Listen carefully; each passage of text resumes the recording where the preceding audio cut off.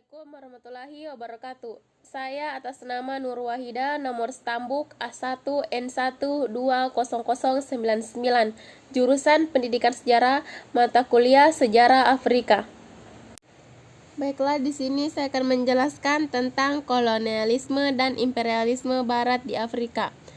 Adapun kolonialisme yaitu berasal dari kata kolonus yang berarti petani. Pada mulanya petani-petani Yunani pindah dari negaranya yang tandus ke daerah lain yang subur. Daerah itu disebut koloni. Hubungan antara koloni dengan negara asal atau induk atau motherland tetapi ada.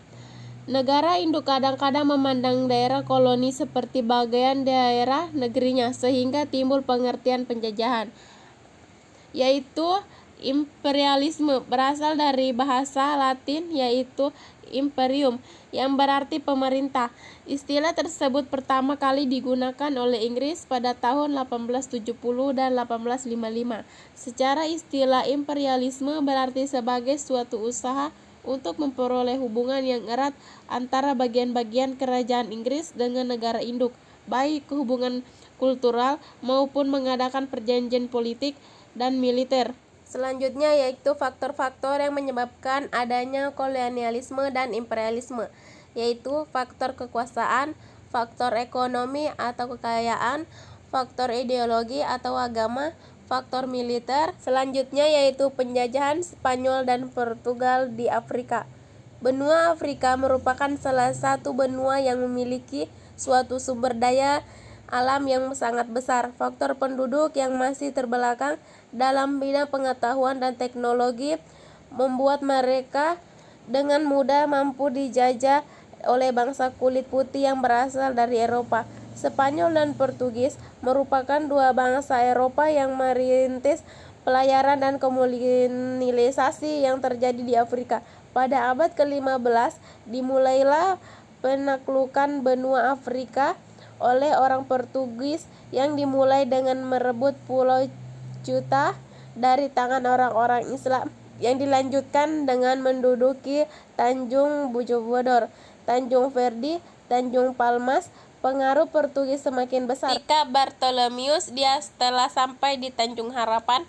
Kemudian pelayaran orang-orang Portugis dilanjutkan oleh Vasco da Gama yang melewati Tanjung Harapan dan akhirnya berhasil mencapai India. Portugis juga banyak mendirikan benteng-benteng di sepanjang pantai Afrika. Benteng tersebut didirikan untuk melindungi rute perdagangan Portugis. Dapat diketahui bahwa pada waktu itu tidak hanya Portugis yang mengetahui kekayaan alam benua Afrika, akan tetapi rival mereka Spanyol juga mengetahui hal tersebut. Untuk mencegah terjadinya konflik antara kedua negara Eropa tersebut, akhirnya Paus mengintervensi kedua negara ini. Paus memiliki kekuasaan karena kedua negara ini merupakan penganut agama Katolik yang taat, sehingga kebijakan Paus akan didengarkan.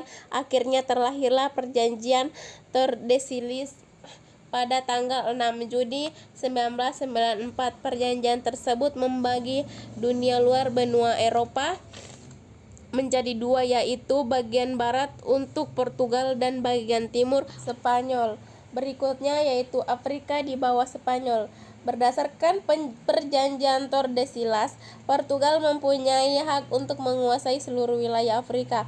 Akan tetapi Spanyol juga memperoleh daerah koloni di benua Afrika. Bagi Spanyol, daerah koloni yang paling berarti terletak di wilayah Maroko, karena di wilayah tersebut terdapat jumlah penduduknya yaitu sekitar 1 juta orang. Wilayah yang sangat kecil tersebut hanya digunakan sebagai pangkalan militer untuk menjaga kestabilitas negara induk. Selain itu, wilayah koloni tersebut juga digunakan sebagai basis rute perdagangan antara Eropa dengan koloni Spanyol lainnya di benua Afrika dan Amerika, yaitu Afrika di bawah Portugal. Portugal merupakan salah satu negara perintis eksplorasi benua Afrika, dan yang patut diketahui bahwa Portugal merupakan negara Eropa yang paling lama menjajah di Eropa. Koloni-koloni Portugal yang terpenting adalah Angola, Mozambik, dan di sebelah barat ialah Guinea, dan kepulauan-kepulauan kecil seperti Cape Verde, Sao Tomo, dan Principe. Selama 5 abad, Portugal berhasil menanamkan pengaruh-pengaruhnya di daerah koloni di Afrika. Pada saat negara-negara Eropa yang memiliki wilayah koloni di Afrika melakukan politik imperialisme modern, politik kolonial, Portugal tetap menggunakan sistem lama yang sangat unik.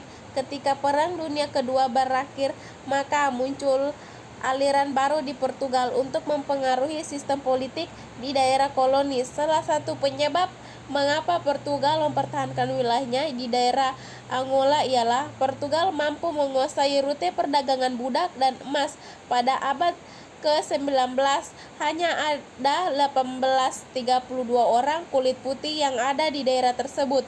Pertambahan jumlah orang Portugal di wilayah Angola tidak diimbangi dengan kontrol administrasi yang lebih baik oleh pemerintah kolonial. Akhirnya banyak terjadi kerautan di daerah tersebut. Keadaan ini tentu saja dapat membahayakan kedudukan pemerintah kolonial.